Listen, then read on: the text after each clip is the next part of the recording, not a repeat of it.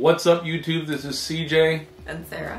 It's a Wednesday, and that means it's time for another Keto Conversation. So let's get started. Alright, so today I'm just going to tell people what we're trying to do. We actually have two cameras going because we're trying to break in a new camera. We got a new camera specifically for YouTube. But we're trying to we're trying to learn that camera, and we also know that we've got to do videos, and so we have to have our previous camera going as well. So if we look like we're glazing off into the distance, it is not that we are no longer interested in having this conversation. Just don't know where to look because we got two cameras pointing at us at one time. All right, so today we're going to talk about the topic is scale obsession. Yes. And this is an article that Sarah found on Keto Evangelist, which we seem to use a lot. Well, at the end of all of their videos, blogs, and podcasts, they say, please share. So they are encouraging us to get this information out there, so they want us to talk about it. Yeah. So again, the blog post that was written is called Scale Obsession. Yes. And I guess you probably can tell by the title what the gist we're of it talking may about is that darn be scale. about. Also, I have this iPad on the table just so I can kind of scroll through and keep up reference points. So if you see me looking at that and scrolling, that's what we're doing. So this actually starts off as kind of funny. It starts off with a meme. It's got a picture of, that's Michael Phelps. It looks like it, It's Michael Phelps, and he's frowning. The swimmer. He's frowning, and it says, 2 days into keto, and I'm still not skinny. And because we all have unrealistic expectations of what this diet is going to do for us. Yes. And so I'll tell a true life story. So, the New Year's rolled around like we all know, and I took my measurements just like we talked about in a previous video. I weighed myself, got on the scale this week. I've been tracking my food pretty religiously, got on the scale, and at first nothing had changed. One day nothing had changed. The next day I got on the scale, actually it had gone up. And the tendency when you see something like that happen is, of course, to freak out. But I didn't freak out. I said, you know what? I need to take my measurements and see where those were. And right now, you got the tape that we use, and I didn't want to bother you, so I didn't take my measurements. We are going to put that tape measure in the description. Yeah, we use... There is a difference in the tape measure that you use to do your body measurements. I used to, before CJ introduced me to the one that we currently use, I was just using your regular, for seamstresses, cloth measuring tape. Nay.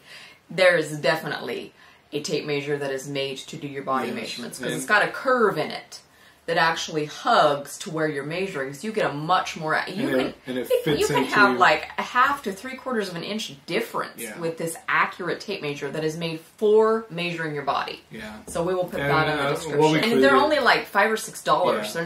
Yeah. They're not going to break the bank. They're a handy tool. I actually had it way before keto. I discovered them years ago. There's different brand names, but they all pretty much do the same thing. Again, we're talking about not obsessing over the scale. And as, you so casually mentioned that you didn't freak out, well, this non-freak out is precisely why I am not friends with the scale and why I don't weigh anymore. It's because I'm a freak out kind of person. Yeah. And a lot of women are. Not that men can't freak out, but girls especially. So that's why I don't personally weigh. But we'll discuss that as we continue in our conversation. Yeah. So one of the first things that, this kind of article talks about is just the reality of, you're going to hear us talk about losing fat versus losing weight. Right. Because that's how they kind of reference it in the article. And the scale is not an accurate way to determine your success, not only on the ketogenic lifestyle, but on any weight loss program. Simply because it's just weighing flat out mass. It's not telling you what that's made up of. And you've got to keep in mind that your body weight is made up of your bones, your muscle. Water. Is based on the water that you have in your body at the time. Food that's undigested food. Food that's in your stomach, and would that be undigested food in your stomach? Or your bowel? Poop. Yeah, your poop. To show that if you really factor that in, you're talking 5 to 7 pounds. Right, every day. That's just part of your... You could weigh at noon, and then you could weigh at 4 o'clock in the afternoon, and you could have gained or lost 5 to 7 pounds. Yeah, because I don't know if you've ever had the experience where you get on the scale. Now, when I weigh myself, the times that I do weigh myself, because I get on the scale first thing in the morning on a weekend, and I go, and I don't have any clothes on. So this is not something that we recommend you do at Rite Aid. Necessarily. Yeah, that's true. Because you might not be able to come back. Yeah, and so I go to a place where I can have all my clothes off and I can just weigh myself and just. I've seen people do that at the gym though. Okay, well, whatever. Too much information. Too much information. So, and they say this in this article that's the best time to weigh yourself. One of the first points is try not to weigh yourself every day. And now I know that I do not do that. I do not weigh myself every day. At the most, I weigh myself once a week, or every 2 weeks I will weigh myself. And so, yeah. So, try not to weigh yourself every day. And then the second point to follow behind that is do not weigh yourself multiple times a day because, again, as I alluded to earlier, I've gotten on the scale at 7 o'clock and then got on the scale later and the number has gone up. I've also had it where it's gone down. One of the things it says in here, one of the reasons I wanted to have this as well is it actually said the best time to weigh yourself is first thing in the morning. Mm-hmm. But she also wrote after you have relieved yourself. Go to the bathroom. So go Don't to the bathroom. Do it. Right. Yeah. So go to the bathroom, then weigh yourself. Right. And that's kind of interesting that. I mean, you would think that it's something that we all would just think of logically, but it's not necessarily. It's not necessarily something that we always think of. And if you go to Sizzler and have the all-you-can-eat salad bar, don't weigh yourself. Don't. Oh, I mean, don't hurt yourself. You're just torturing yourself for no reason. Yeah. No, just don't. Because there is no way that you're going to have gained 5 pounds of fat in a matter of hours or in one day. Yeah. Just the same as you will not have lost 5 pounds in one day. That's not how actual fat, adipose tissue works. Right. It takes time to put it on, and it takes time to take it off. So that's why the scale is not your best friend. And then focus on the trends. That's kind of an interesting point. That's not a new point to me. If you, of course, at the beginning of the article, she recommends that you just run home and throw your scale out. Okay? That works for me. But not everyone is like that. Some people, just like those who track and do their macros, each individual personality type does things a certain way. If you are a weigher on the scale, then you're going to continue to weigh no matter what someone else tells you to do. That's true. So, if you decide to do that, one of the points that I have also read is weigh yourself maybe, if you want to weigh yourself daily for a week or a couple of times during a week, write it down. Yes. And then at the end of that, take the average. So take those 3 times and divide it, and then you will come up with a base number. And that will give you the average of those 3 to 5 days that you have weighed yourself. So that's a lot more accurate because it's taking into consideration the trend or, the up and down swing of how your weight goes. Right. That's a good point. Now, we've talked about what you shouldn't do about being obsessed with the scale, and we're going to go back to now what you should do or some things that will be probably more accurate for you as far as really measuring your progress. And we've talked about this before. Photographs. Take photographs of yourself. Take your before pictures. And then take pictures along the way. Pictures along the way because, again, it's amazing how, we're with our bodies every day. And we see ourselves a certain way over time. And, we still both deal with this. The picture in your head sometimes doesn't match what really is happening in your body. Well, and I know for me, because I am on camera twice a week, sometimes the way I'm reflected on film is also not the way that I look in real life. So sometimes accuracy can vary from outfit to outfit, from how far the camera's zoomed in to how far away the camera is zoomed in.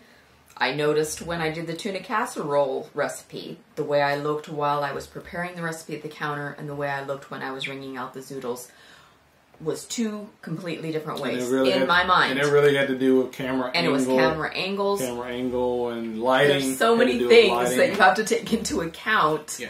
And in the accuracy of what you're actually seeing. So a lot of times, other people seeing you is also another factor. Because people looking at you, we see 3-dimensionally, and that's not how a camera, is capturing you. I know. Probably a week ago, I picked my daughter up from daycare, and I forgot that she had done this, but she had told one of her daycare teachers or providers that we had a keto channel, and the lady had started keto.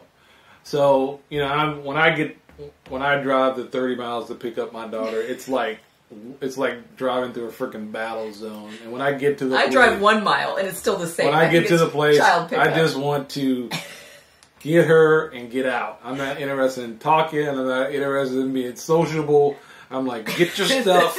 Let's get go. in the car. We got to drive another 30 miles to get home. It's like going to a zoo of baby animals. But her, her daycare provider, she mentioned that. She said, wow, I just love you guys' channel. And it took me a while for her to register what she was even talking about. But it was interesting because, she had been doing keto, I think, for about a month. And when I started looking at her and paying attention to her, and I want to make sure I tell her this the next time I see her. You didn't even really think about it until you got home. Yeah, I didn't think about it, but she did look different. And I didn't, she didn't tell me how many pounds she had lost, but I could tell just by her face that she looked different. And, because of her being on keto. And I want to, again, make sure I mention that to her the next time I see her, because, again, she might be... I don't know what she's going through. I don't know how much weight she's lost. She might have fat eyes. But she might have fat eyes, and I want her to know that I see it, because I don't see this person all the time. Right. I've probably I see her probably every other week, but I did notice after I started focusing on her that something was different. Her face was different, and she just started keto, and so I want to make sure I let her know that and encourage her to keep going, because I can see the difference, and I want her to know that great. that it's noticeable what she's doing, that she's doing something. Another good tool to use is get a pair of pants that are unforgiving, a belt, whatever the case may be, and you will know if this particular garment, this pair of pants, this belt is still fitting me. I'm doing okay. Yeah. I'm not putting on a significant amount of weight. If it starts getting looser and looser, then hey, I'm doing okay. I'm losing weight. Because a lot of times garments can be a way of telling you, hey, that's true. I'm doing okay. And I'm not talking yoga pants here. I'm talking pants with a waistband and a zipper that's going to give you some kind of guide as to I'm doing okay. Yeah. I am still maintaining my loss and or losing or gaining. Right. So that is what I've heard is a good gauge. Yeah, and I know in the past I would go out, and so I would get a size maybe that's like the next size down, try it on, see where it was. And then those are the pants or shirt that I'm trying to reach for. But then I would periodically over time continue to try them and do it often, not daily, but often, because I've had this happen where I too have gotten a gold pair of pants or a gold shirt or whatever the case may be, and I'll just fly right on by it. Right. Before you know it, and I didn't even get to wear it. Right. So, number one, make it something that's not super expensive, and number two, do it reasonably often. Like I said, not daily, don't hurt yourself, but do it often enough so that you don't just skate right on by that particular garment. Right. So, take photographs, get some clothes that will really will give you a true indication. Measurements with the tape measure. And then tape measure, that's where I was going next. We kind of talked about it earlier, but get a tape measure, a good tape measure, and write those numbers down. I have mine in my cell phone. Yeah, in the notes section or something, a list section. But keep track of that stuff. Right. Because again, but you'll even find with your measurements that your measurements can fluctuate. Right. Can fluctuate up and down. I've had times when I've done my measurements where I've lost inches on my stomach, but then somehow I've gained inches on my chest. I mean, this article mentioned things even like if you have an allergy attack, that the pollen can make your face puff up, or your neck, or your hands, or your feet. Yeah. Small things like that. Inflammation in your body is another way that we can be. As women, there are times of the month where we can retain water. So if you know yourself and you follow your schedules, you know when not to weigh, you know when not to measure, because you're not at your best. So if you keep track of those things, you'll know. Yeah, but I keep so like this year, I'm writing everything down in my brand new planner, and so I've got it down. I've got some goal, what a goal is as far as toward the end of the month.